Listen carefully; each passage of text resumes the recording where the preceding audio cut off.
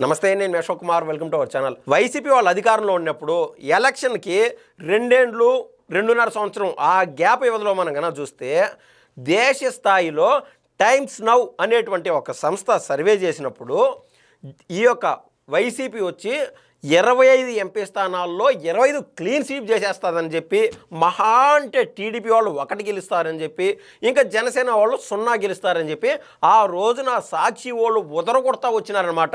ఆ times now survey చూడండి, times now survey చూడండి అని చెప్పి. నిజంగా ఆ సర్వే కనుక చూస్తే క్షేత్రస్థాయిలో ఎవరైతే టీడీపీ కోసం, జనసేన కోసం, అదేవిధంగా ఇక్కడ ఏపీలో బీజేపీ కోసం ప్రయత్నాలు చేసేవాళ్ళు, ఆ గెలుపుకు దోహదం చేసేటువంటి ఎవరైతే సహజ కార్యకర్తలు ఉంటారో వాళ్ళు మనోదయం కోల్పోతారు. కానీ టైమ్స్ నౌకునేటువంటి ఆ యొక్క క్రెడిబిలిటీ, ఆ క్రెడెన్షియాలిటీ కన్నా మనం కనుక చూస్తే దానికి ఏ మాత్రం విఘ్నత లేదు. అసలు వాళ్ళు ఇచ్చేదంతా డబ్బులు తీసుకొని రాంగ్ ప్రోపగాండా చేస్తారని చెప్పి రాష్ట్ర ప్రజలు చైతన్యంగా వాళ్ళు ఎప్పుడు ఒక స్థాయిలో ఉంటారు కాబట్టి రాజకీయం పైన వాళ్ళు క్లారిటీ ఆఫ్ మైండ్తో టైమ్స్ నౌ అనేది ఉత్తుత్త సర్వే అని చెప్పి వాళ్ళు కరివేపాకు మాత్రం తీసి పక్కన పెట్టారు. అయితే ఈ టైమ్స్ నౌ సర్వేతో సంబంధం లేకుండా ఇండియా టుడే అనేటువంటి క్రెడిబిలిటీ ఉన్నటువంటి సంస్థ, దాని యొక్క పూర్వాపరాలు మనం పరిశీలించి చూసాం, మనకైతే క్లారిటీగా అర్థమవుతుంది. ఇండియా టుడేతో పాటు సీ వాటర్ సంస్థ సంయుక్తంగా చేసేటువంటి సర్వేలో ఒక క్రెడిబిలిటీ, ఒక క్రెడెన్షియాలిటీ అన్నీ పక్కాగా ఉంటాయి. మ్యాక్స్ టు మ్యాక్స్ ఒక 5 ఎమ్మెల్యే సీట్లు అటు ఇటు ఉండొచ్చు, లేదా ఎంపీ స్థానాల్లో అయితే 2-3 అటు ఇటు ఉండొచ్చు. కానీ వీళ్ళు కావాలని ఎవరి దగ్గర డబ్బులు తీసుకొని ఒకరి కోసం రుద్దేటువంటి ప్రయత్నాలు ఎప్పుడు ఇండియా టుడే సంస్థ చేయదు. అయితే పూర్తిగా ఇండియా టుడే అనేటువంటి సంస్థ సీ వాటర్తో కలిపి మరోసారి ఈ యొక్క సర్వే చేసింది. దేశవ్యాప్తంగా రానున్న ఎలక్షన్లో 2029లో ఏ పార్టీలు ఎన్ని సీట్లు గెలుస్తాయని చెప్పి. అందులో ముఖ్యంగా బీజేపీ పార్టీ వచ్చి గతంలో కేవలం 254 స్థానాలు గెలిచింది. అయితే రానున్న 2029 ఎలక్షన్లో ఏకంగా ఓన్లీ బీజేపీ అనేటువంటి పార్టీ 289 స్థానాల పైన గెలుస్తుంది. ఓవరాల్గా ఎన్డీఏ కూటమి 350 స్థానాలు దాటుతుందని చెప్పి వాళ్ళు క్లారిటీగా చెప్తున్నారు. ఇంకా మన రాష్ట్ర స్థాయిలో కన్నా చూస్తే ఇండియా టుడే అనేటువంటి సంస్థ మూడ్ ఆఫ్ ద నేషన్ అనే పేరుతో సర్వే చేసింది. ఆ క్రమంలో మన రాష్ట్రంలో ఈసారి టీడీపీ, జనసేన, అదేవిధంగా ఎన్డీఏలో మరో పార్టీ అయినటువంటి బీజేపీ వచ్చి ఈసారి ఏకంగా 24 స్థానాలు గ్యారంటీగా గెలుస్తుందని చెప్పి ఒక క్లారిటీ ఇవ్వడం జరిగింది. ఎవరు? ఇండియా టుడే సంస్థ. ఇంకా అసలు వైసీపీ ఎన్ని గెలుస్తుందంటే కేవలం ఒకే ఎంపీ స్థానం గెలుస్తుంది.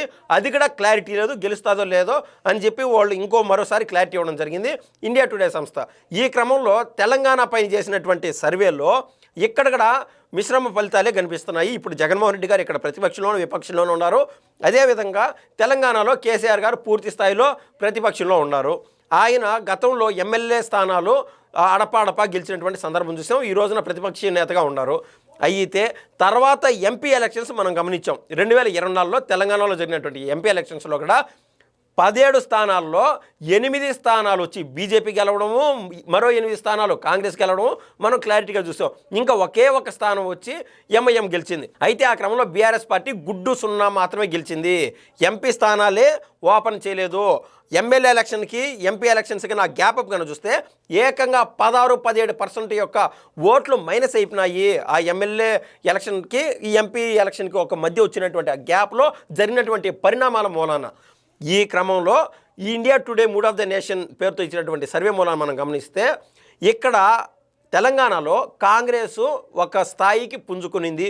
బీఆర్ఎస్ ఏదైతే గ్యాప్ ఇచ్చిందో ఆ గ్యాప్ మొత్తం కాంగ్రెస్ ఫుల్ఫిల్ చేస్తుందని చెప్పి వాళ్ళంటూ క్లారిటీ ఇవ్వడం జరుగుతుంది. అయితే ఇండియా టుడే అనేటువంటి సంస్థ ఎన్ని శాంపుల్స్ తీసుకునింది దేశవ్యాప్తంగా అంటే 125,000 శాంపుల్స్ తీసుకునింది. సరే, ఇంత పెద్ద దేశంలో కేవలం 125,000 శాంపుల్స్ ఏ విధంగా పనికొస్తాయి, అసలు దాని యొక్క ఇంపాక్ట్ చూపించగలుగుతుందా, ఆ సర్వే క్రెడిబిలిటీ ఏ రేంజ్లో ఉంటుందంటే ఒక ఇన్ఫ్లుయెన్సర్స్ ఏ విధంగా ఉంటారో, సోషల్ మీడియా ఇన్ఫ్లుయెన్సర్స్ కావచ్చు, లేకుండా అంటే ఒక రాష్ట్రంలో ఉండేటువంటి ఒక న్యూట్రల్ విలేకరులు ఏ విధంగా ఉంటారో అలాంటి వాళ్ళని శాంపుల్స్ తీసుకున్నటువంటి మూలాన ప్రతి రాష్ట్రంలోని పెద్ద స్థాయిలో ఉండేటువంటి ఒక జర్నలిస్టులు కావచ్చు, లేకుంటే సోషల్ మీడియా ఇన్ఫ్లుయెన్సర్లు కావచ్చు, ఇంకా సోషల్ యాక్టివిస్టులు కావచ్చు, ఇలా ఒక రేంజ్లో ఉన్నటువంటి సమాజంలో ప్రభావం చూపించగలిగేటువంటి ఏదైతే టాల్ ఫిగర్స్ ఉంటారో వాళ్ళ దగ్గర శాంపుల్స్ తీసుకొని ఈ డేటా ఇవ్వడం జరిగింది. ఇది ఓవరాల్గా ఇండియా టుడే చేసినటువంటి మూడ్ ఆఫ్ ద నేషన్ పేరుతో జరిగినటువంటి సర్వే మూలాన ఇటు ఏపీలో జగన్మోహన్ రెడ్డి గారు గెలిస్తే ఒక ఎంపీ స్థానం గెలుస్తారు, లేకుండా ఉంటే అది కూడా లేదని చెప్పి వాళ్ళు క్లారిటీ ఇవ్వడం జరిగింది. ఆ క్రమంలో ఎన్డీఏ కూటమి ఈసారి విజయ దుమ్మి మరోసారి మోగిస్తారు ఏపీలో అనే క్లారిటీ వాళ్ళు ఇచ్చేశారు.